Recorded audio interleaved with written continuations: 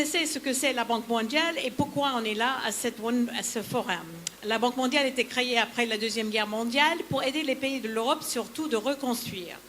Mais depuis, elle est transférée dans une institution de développement qui est orientée vers l'éradication de la pauvreté extrême. Notre objectif, c'est de l'éradiquer avant l'an 2030, mais de le faire d'une manière équitable et de le faire d'une manière durable pour que la planète survive et que tout le monde a l'opportunité de bénéficier. Alors, comment est le progrès? Quel est le prognostic? C'est bien et c'est pas bien. On a vu entre 2000 et 2015, la pauvreté globale extrême a baissé de 29% à 15%. Mais ici en Afrique, malheureusement, on a vu une augmentation de 100 millions de personnes de plus qui sont en dessous de la ligne de pauvreté de 1,90$ par personne par jour. Nous avons aussi vu que le modèle économique qui a permis ce développement et cette réduction de la pauvreté globale n'assure pas la durabilité de la planète. Et donc, nous avons deux défis devant nous, c'est d'assurer un développement équitable et aussi d'assurer un développement durable. Donc, je suis là pour vous dire, et je pense que peut-être je prêche à la choir, comme on dit en anglais, que le moment de réagir pour faire face à ces deux objectifs, c'est maintenant. Et les gens et les personnes qui doivent réagir, c'est vous et c'est nous ensemble. Et pourquoi vous? Pourquoi les femmes? Pourquoi le digital?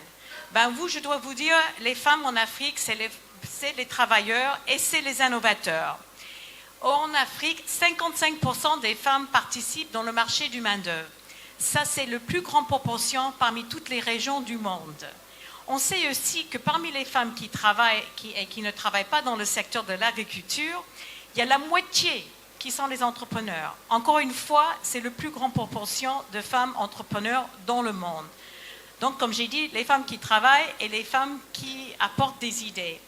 En fait, vous êtes la majorité des entrepreneurs en Afrique avec 58% des entreprises. Donc, toucher une femme, c'est non seulement toucher les revenus, c'est non seulement créer de l'emploi, mais comme vous savez aussi, c'est toucher la famille et c'est toucher la base de la société. Donc, un investissement pour une banque de développement très utile. Pourquoi le digital? On peut se poser comme question. Le digital, je dirais, c'est le stéroïde du développement. Avec le digital, on peut accélérer notre progrès. Rappelez-vous, on n'est pas sur la ligne à trouver un monde sans pauvreté en Afrique en l'an 2030, donc il faut aller vite. Et le digital va nous aider à aller vite et le digital a le potentiel de nous aller aussi vers une plus grande croissance inclusive. Il y a une étude de Deloitte qui dit que si on réduit les écarts de l'accès à l'Internet à haut débit avec le monde en développement avec le reste du monde, on va voir une augmentation de la productivité de 25%, une augmentation globale du PIB de 2000 milliards de dollars et on va sortir 160 millions de personnes de la pauvreté. Donc les femmes, le digital, c'est pour ça que nous sommes tous là. Mais on sait aussi que ce n'est pas si facile que ça. Il y a des contraintes et il y a des contraintes importantes. Et la banque est en train d'essayer de travailler avec nos clients. D'ailleurs, nos clients sont les pays membres. Et on est une sorte de tontine qui prête au gouvernement, qui sont les membres de notre institution. Et on travaille avec eux pour soulever 4 contraintes que je vais faire mentionner rapidement. La première, dont je pense que vous connaissez bien, a été déjà soulevée, c'est les compétences. Donc, il faut commencer à la base avec le STEM, Science, Technology, Engineering et Mathématiques. Donc, on appuie des programmes dans les écoles de base. On a des lycées d'excellence, par exemple, au Sénégal. On a un programme appuyé aussi à l'Université Gaston Berger à Saint-Louis. Et partout dans l'Afrique de l'Ouest, la Banque mondiale, dans ses programmes d'éducation, est en train de renforcer le STEM. On est aussi en train de renforcer les compétences de coding de base. Il y a des colonies de vacances de coding au Kenya qu'on appuie par exemple et au Cap-Vert, ils ont des containers qui sont adjacents à chaque école secondaire où ils sont équipés d'apprendre les étudiantes en une formation de codage que nous allons étendre et renforcer comme programme. Deuxième grand défi, c'est l'accès aux finances, au marché et à l'information. Nous savons que les entreprises des hommes sont généralement 6 fois plus capitalisées que les entreprises des femmes. Qu'est-ce que ça veut dire? Ils sont plus grands, ils sont plus productifs et ils offrent plus d'emplois. Donc on essaie d'appuyer avec le financement. Par exemple, en Éthiopie, il y a un programme 42 millions de dollars qui donne l'argent à la Banque de développement de l'Éthiopie, qui en tour donne l'argent à des institutions de microfinance qui prêtent aux femmes, dont la majorité, 76%, n'ont jamais eu accès à finance, et on a vu une augmentation de leur productivité de 24% en ayant accès aux finances. On fait aussi, peut-être vous avez entendu parler du programme Wi-Fi, qui est un programme de 325 millions de dollars appuyé par 14 gouvernements exécutés par la banque, qui est par d'autres partenaires, qui permet d'augmenter l'accès aux finances, assistance technique et programmes de mentoring. Et un programme que moi, personnellement, je trouve très intéressant, c'est un programme en Tunisie qui met les femmes en contact par plateforme d'Internet pour faciliter les exportations. Pourquoi c'est si important? Parce que si vous regardez les réseaux des femmes, c'est généralement des réseaux d'amis, de familles et orientés vers la communauté.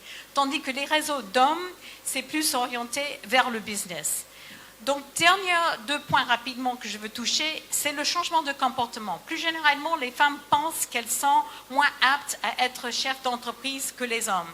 Les femmes pensent que si on gagne plus d'argent en Togo et en Malawi et Togo que les hommes, ça va créer des problèmes dans le couple. Donc, il faut changer les comportements, changer les normes. On fait ça avec des programmes comme au Libéria où on fait l'enseignement socio-émotionnel, le mentoring quand le programme de Africa Excel où on fait du mentoring et de l'appui à 20 entreprises et start-up, et aussi où on travaille dans les communautés avec les ONG à la base pour changer et faire des programmes qui reflètent les valeurs des cultures africaines, mais aussi qui permet une égalité des sexes et permet le développement. Et dernier point que je voudrais juste citer rapidement, c'est la banque peut faire beaucoup de choses aussi de scale-up. Et c'est là peut-être le plus grand avantage de la banque. On a le moonshot. On parlait avant le problème d'accès à l'Internet. Combien de personnes cherchent dans la zone rurale l'accès à Internet? Et là, la banque peut faire une grande importance à appuyer l'accès à l'Internet et appuyer les prix plus compétitifs pour l'accès des services du télécom. Je vous remercie.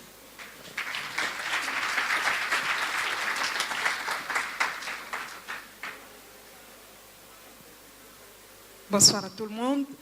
Moi, c'est Safia Mohamed Youssouf, je suis informaticienne de formation. Je ne fais pas grand-chose que toutes les belles dames, en tout cas, qui sont passées depuis le matin. La seule différence, j'ai décidé vraiment d'accompagner un peu l'agriculture par l'expertise que j'avais, qui n'est rien d'autre que le côté vraiment digital. Comment est-ce qu'on fait? Aujourd'hui, dans la région où je viens du Sahel, nous avons beaucoup de problèmes. Les problèmes, vous les connaissez pratiquement tous. Changement climatique, nous en connaissons tous les jours. Peut-être nous avons connu cette année 52 degrés, ce qui paraît peut-être très difficile à écouter, même à Dakar. Je pense qu'à Dakar, on n'a jamais entendu parler de 52 degrés, de 48 degrés. Nous avons connu, nous avons résisté. Mais il faudrait bien que nous prenions un certain nombre de décisions pour changer et améliorer là où nous vivons. Il y a des millions de vies qui sont en quelque sorte menacées. On est conscient également qu'il y a l'immigration qui guette. La région du Sahel fait partie vraiment des pays de la région qui perd le plus de jeunes en traversant la Méditerranée. Ce n'est un secret pour personne, c'est la vérité. On ne peut pas rester croiser les bras, passer tous les jours dans un bureau climatisé, je gagne ma vie et j'oublie les autres. C'est ça qui nous a obligés à dire qu'il faudrait vraiment descendre plus bas. Aller à l'encontre de ceux qui pensent « je suis fils d'un producteur ». Mais aujourd'hui, je commence à dire « non, franchement, l'agriculture, ce n'est pas mon boulot. Moi, je veux être dans un bureau climatisé, je veux être dans une belle voiture, je veux être dans le luxe. Il faudrait bien que l'on accompagne les parents qui sont là à améliorer leur productivité. Comment est-ce qu'il faut améliorer leur productivité? Ils n'ont pas besoin de grand-chose, ils ont juste besoin que la technologie arrive jusqu'à chez eux. Ils ont juste besoin que la technologie leur permette d'être connecté avec le reste du monde pour vendre les produits qui sont aujourd'hui. L'Afrique produit, certes, mais cette vente, on a toujours tendance à dire, même à l'intérieur de l'Afrique, on ne parvient même pas à subvenir à nos besoins.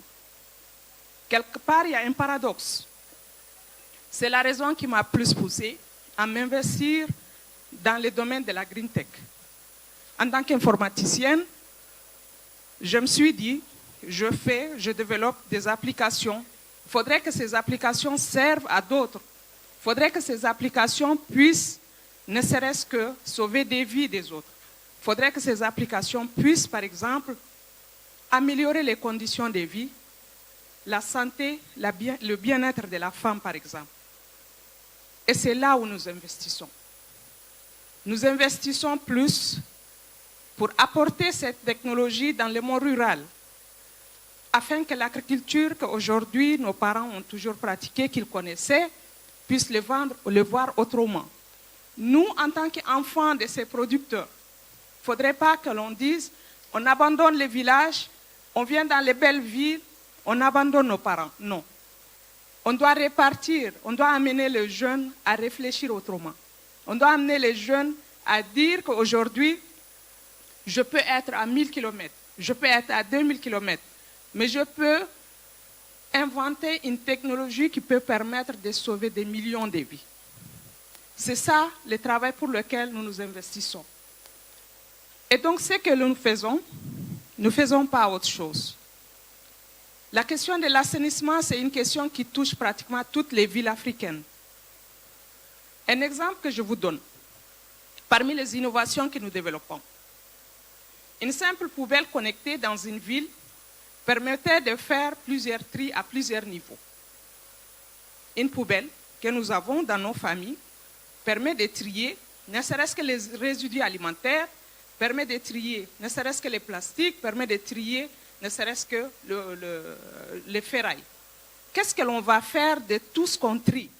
Il faudrait bien que l'on parvienne à transformer tout ce que l'on trie pour que ça devienne utile pour une fatigue. Ce que nous faisons, tous les résidus plastiques que nous trions, nous les transformons sous forme de pavés pour améliorer ne serait-ce que devant chez nous. Les ferrailles que nous trions, nous ne faisons pas autre chose.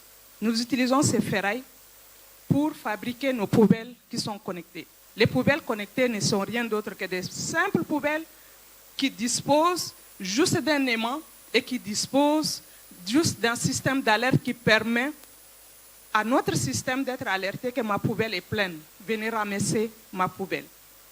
Et donc ça, c'est des éléments qui, sur la base de l'économie circulaire, nous permettent de ne rien jeter. Nous récupérons plus ou moins tout ce que nous jetons. Nous respectons l'environnement à travers ça et nous faisons, ne serait-ce que, nous créons des emplois à tous les jeunes qui travaillent dans ces circuits. Le plus important, c'est de développer des innovations. On est là pour développer des innovations, mais il faudrait que ces innovations soient des innovations à fort impact, des innovations qui peuvent aller au-delà de nos frontières. Si moi, je dois créer, par exemple, une innovation ici à Dakar, si la Côte d'Ivoire a pratiquement le même similitude que Dakar, il faudrait que ça puisse servir. Le numérique permet de transgresser toutes ces frontières. Et il faudrait bien que l'on parvienne à utiliser ces côtés du numérique pour, ne serait-ce que, améliorer le quotidien de nos paris. Je vous remercie. Merci. Je voulais juste utiliser le dernière minute avec ma coprésenteur de dire que certes, il y a des défis. On ne veut pas avoir un monde de 4 degrés. C'était le Ice Age, c'était juste 5 degrés plus froid. Donc 4 degrés, c'est énorme. Et on veut un monde tous équitable et sans pauvreté extrême. Et je veux terminer sur 2 citations. Un de Henry Ford, qui était le fondateur du Ford Motor Company aux États-Unis. Si j'avais demandé au peuple qu'est-ce qu'il voulait, il m'aurait dit des chevaux plus rapides. Et puis le deuxième, c'est une poète. Je montre mon côté américain, excusez-moi. Le deuxième, c'est une poète américaine, Emily Dickinson, qui a dit « J'habite dans la demeure du possible, plus de portes et de fenêtres que la demeure de la raison. Allez-y, Allez-y vite. Il y a des défis, mais il y a des possibilités et le monde est à vous. Merci.